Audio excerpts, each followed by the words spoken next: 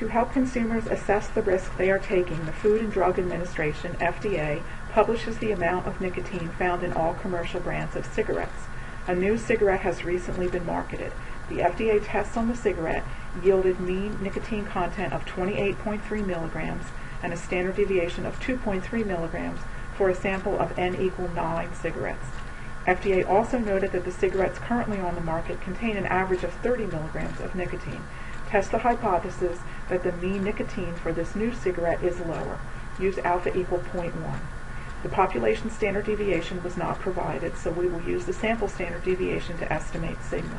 We know that the sample mean is 28.3 milligrams, the sample standard deviation is 2.3 milligrams, and the sample size is N=9. We will use the t-distribution since we do not know sigma. Since N=9, the degrees of freedom is 8. Write the hypotheses. The null hypothesis will be mu = 30 milligrams, and the alternative hypothesis will be mu less than 30 milligrams, since we are interested in whether the new cigarette has a lower mean nicotine. The model. Since we do not know the population standard deviation, we will use a one-sample t-test. Mechanics.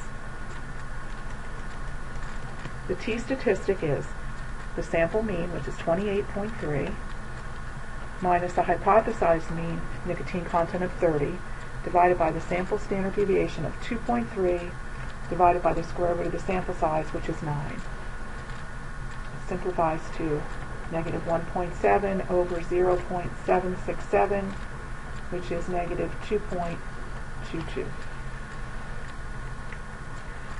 For an alpha level of 0.1, we would reject if the t-score is less than -1.397. Since this test statistic is less than -1.397, we reject HO. The data support that the mean nicotine content for this new cigarette is less than the mean nicotine of cigarettes currently on the market.